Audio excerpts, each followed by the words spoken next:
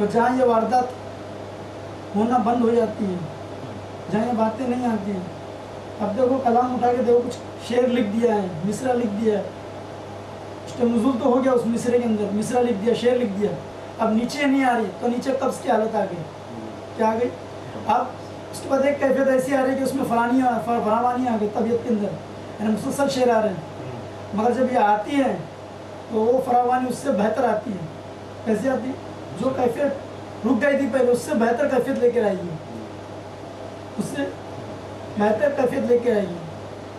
تو حال کیا چیز ہے؟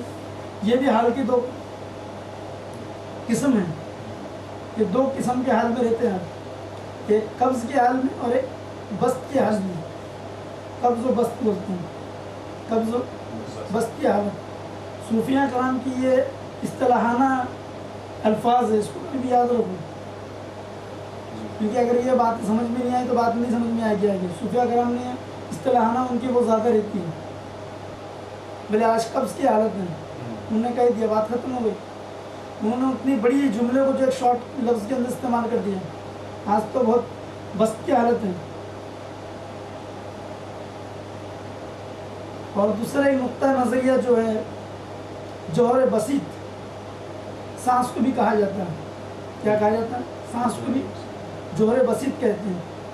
جوہر بسیط آ رہی ہے نا مسلسل، جس کی وجہ سے طبیعت میں فراوانی ہے، جس کی وجہ سے طبیعت میں فراوانی.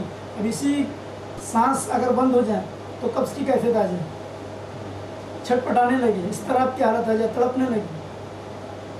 سکون سے بیٹھا ہوا ہے تو کیونکہ جوہر بسیط آ رہا ہے، کیا آ رہا ہے؟ جوہر بسیط آ رہا ہے. یہ کیفیت ہے. تو کیفیت تو ہونا کیا نہیں اندر، صوفیانہ کیفیت کا ہونا ضروری ہے کہ نہیں؟ یہ خالی ظاہر ہی رہے گا؟ وہ بات تو آنا پڑے گا کہ نہیں؟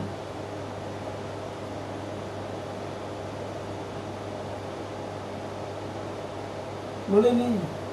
گفتار کے صوفی تو ہو گئے، کردار کے نہیں ہو پائے. کیا نہیں ہو پائے؟ کردار کے تو نہیں ہو پائے. حال ویسا نہ رہا صوفیانہ جیسے،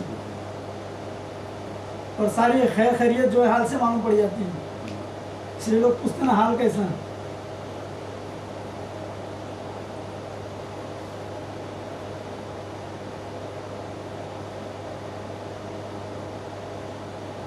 یہ کتوا سکون ہے؟ ہاں جی، تیسرا سکون نہیں ہے، تیسرا رکن نہیں ہے، حال.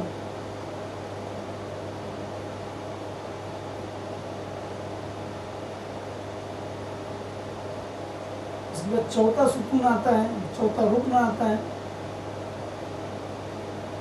مقام دل تک پہنچنا. مقام دل تک پہنچنا، یہ چوتھا رکن ہے، مقام دل تک پہنچنا. لیکن دل تک پہنچنے کے لیے دل کو سمجھنا تو پڑے گا کہ نہیں؟ ہاں جی، قلب کو سمجھنا تو پڑے گا کہ نہیں؟ یہ جو دل ہے جو بائیں طرف دھڑک رہا ہے، یہ حیات کا چراغ ہے. کیا ہے؟ یہ زندگی کا چراغ ہے. کیا ہے؟ زندگی کا چراغ بنا ہوا ہے، اور اس میں زندگی کی شمع روشن ہے. اور یہ آنکھ ہمیشہ چاہتی ہے کہ باہر سے اس کو تسلی و تشفی ملے. باہر سے ان کے اندر حرارت ہے نا، پیدا ہوئی ہے نا، تو باہر سے اسے تسلی و تشفی ملے، تاکہ باہر کی ٹھنڈی ہوا اس کو ملے. تو یہ ہوا یعنی ذکر اللہ کے ساتھ اندر داخل ہو رہی ہے. کیا ہو رہی ہے؟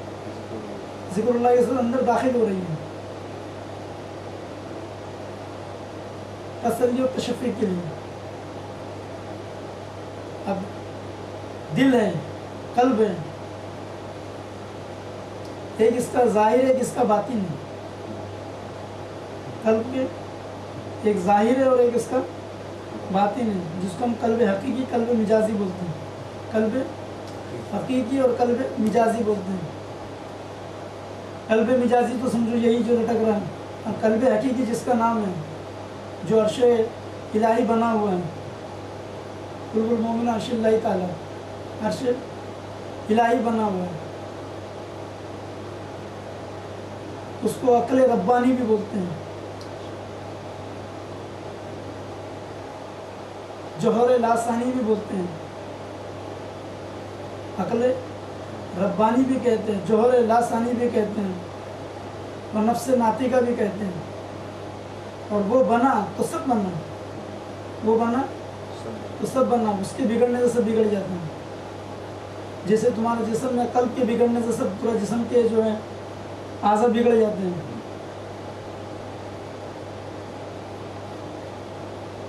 اور اسی پہ تجلی الہی کا پرتو پڑتا ہے.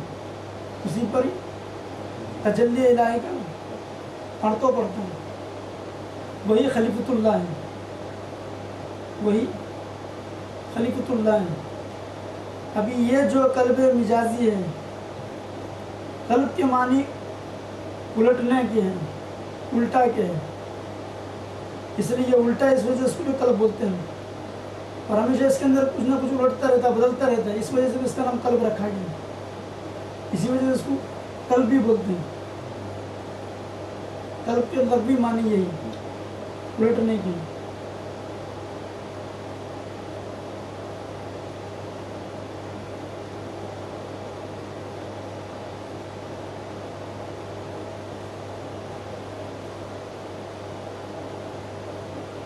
اب یہ جو قلب ہے, اس کے اندر سے جو نکلی ہے شریعہ نکل رہی ہے. اسی سے پتہ چل رہا ہے, کیونکہ یہ قلب کا عنوان بنا ہے.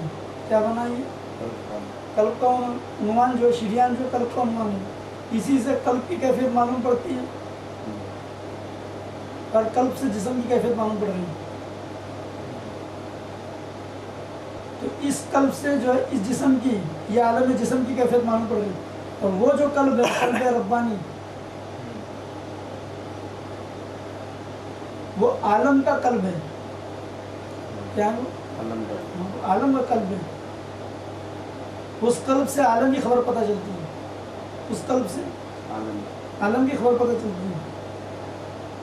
اب یہ قلب کی جو ہے نبض دو ہاتھوں میں ہے, تو وہ قلب کی جو نبض ہیں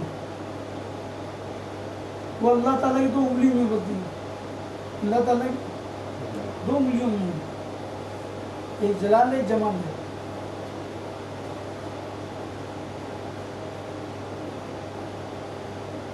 اور اس کا سمجھنا آسان نہیں, اس کا سمجھنا آسان نہیں. اس کے لیے فضل کا ہونا ضروری ہے.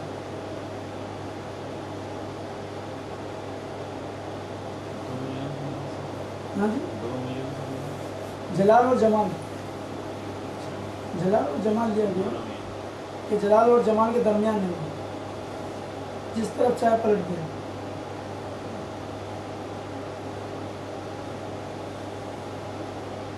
یہ کتنا رکن ہوا؟ 5واں رکن ہے معرفت الہی. 5واں رکن معرفت الہی.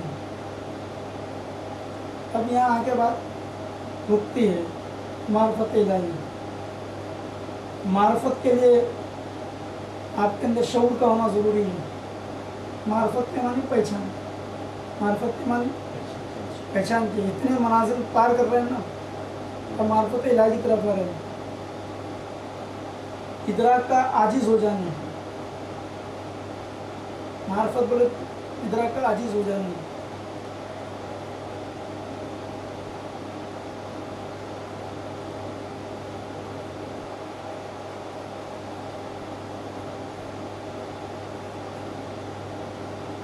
یہ وہ مقام منزل ہے جو گم ہوا وہ پایا. جس نے اپنی پہچان کے چکر میں رہا, اس کی پہچان نہیں کر سکا. جو اپنی شناخت کے چکر میں رہا, اس کی شناخت نہیں کر سکا.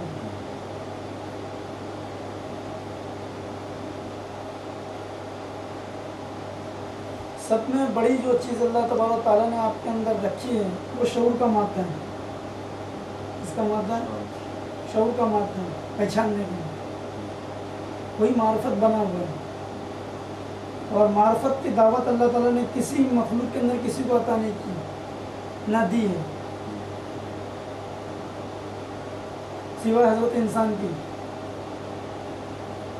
اس لیے بار بار جو قرآن مجید کے مختلف مقامات پہ جو دعوت پیش آ رہی ہے معرفت کی آ رہی ہے. کس کی آ رہی ہے؟ کہ تم غور و فکر کیوں نہیں کرتے؟ تم غور و فکر کیوں نہیں کرتے معرفت کے بارے میں؟ ہم اپنی نشانیاں تمہیں آفاق میں بھی تمہارے انفاس میں بھی دکھائیں گے، جس سے ظاہر ہو جائے گا کہ حق ہے.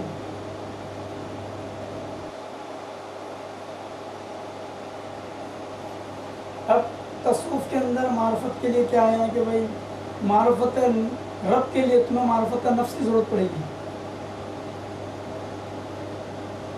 معرفت رب کے لیے معرفت نفس کی ضرورت پڑے گی، کہ جب تک تمہیں اپنی نفس کی معرفت نہیں، جب تک تمہیں اپنی رب کی معرفت نہیں ہو سکتی.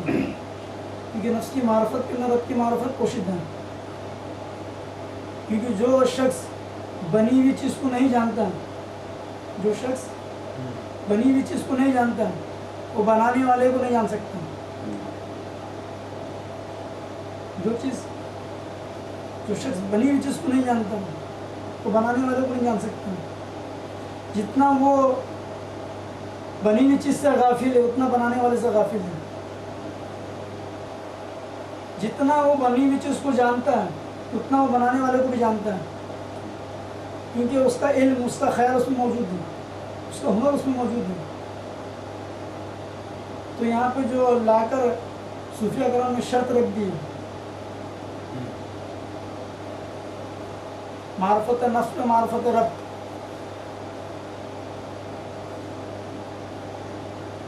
معرفت نفس پہ معرفت رب رکھ دی گئی ہے.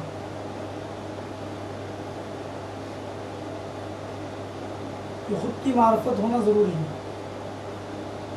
یہ معرفت کی تعلیم تربیت کے لیے 5واں رکن ہے جو اہم بنا ہوا ہے. جس نے اس تعلیم سے مستفیض ہو گیا وہ عارف کہلایا ہے. تو یہ 5 رکن ہیں، پہلے اس کو آپ کو سمجھنا پڑے گا. پہلا رکن کس چیز کے؟ یہ 5 رکن ہاں جی، کس چیز کے یہ 5 رکن؟ ہاں جی، خلافت نہیں، تصوف کے سرکار، تصوف کے یہ 5 رکن ہیں. 5 فرائض سمجھ لیجیے آپ. جس طرح سے وہاں پہ فرائض ادا کرنا پڑے گا آپ کو، اس طرح سے یہیں بھی فرائض کو ادا کرنا ہوگا. یہ 5 فرائض اس میں ہی موجود ہیں. جس نے یہ 5 فرائض پر عمل پیرا ہو گیا وہ صوفی ہو گیا. کیا ہو گیا؟ وہ صوفی کہلایا. حال میں بھی کال میں بھی وہ صوفی ہو گیا. ورنہ نام کے بلا لو آپ، نام کے صوفی رکھ لینے میں کیا جاتا ہے؟ زلفے رکھ لو آپ، ان سے بڑی چیز جاتی ہے. داڑھی کو بڑھا لو، صوفی ہو گئے.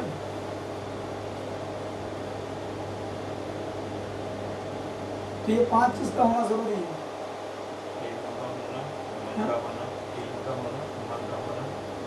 علم ہونا، عمل کا ہونا. کس طرح کا عمل؟ خلوص ہونا چاہیے، اخلاص، خلوص. تیسرا اپنے باطن میں حال پیدا ہونا. اپنے باطن میں، تیسرا اپنے باطن میں حال پیدا ہونا. اس لیے اس کے لیے پہلے تعلیم میں ہی بتا دی گئی تھی بات حال کے اوپر. سلوک بولتے کس کو ہے؟ سلوک. سلوک کے معنی کیا ہے؟ سلوک کے معنی راستہ کے ہوتے ہیں، راہ کے ہوتے ہیں، چلنے کے ہوتے ہیں. راہ کے چلنے کے ہوتے ہیں. سلوک کے معنی راستے پہ چلنے والا، راہ پہ چلنا. اور سلوک کے خالی معنی لیں گے تو چلنے کے. خالی کیا معنی؟ چلنے کے. تصوف کے راستے پہ چلنے والا، وہ سلوک پہ چلنے والا، راہ سلوک پر چلنے والا، تو وہ اس کو سالک کہا جاتا ہے. چلنے والے کو کیا کہا جاتا ہے؟ سالک. چلنا. تو ابھی یہاں پہ جو چلنا ہوتا ہے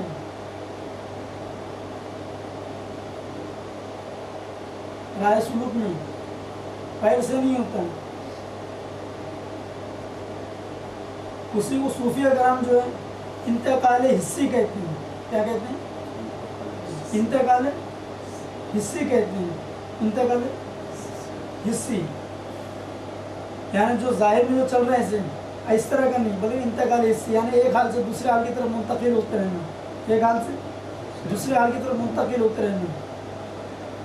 اور یہ ارتقاء کی منزل پہلے سے آپ کے اندر موجود بھی ہے. اب اس سے قبل کئی حال سے پار ہوتے ہوئے آئے،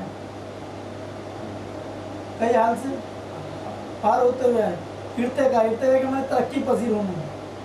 کیا ہونا؟ ترقی پذیر ہونا. ارتقاء اس حال سے اس حال، اس حال سے اس حال کی طرف. لیکن جس مقام سے آپ ترقی کر کے دوسرے مقام پہ جائے گا، اسی کو سیر بھی بولتے ہیں. سیر اللہ، یعنی اللہ کی جانب سیر کرنا، اللہ کی جانب سیر کرنا.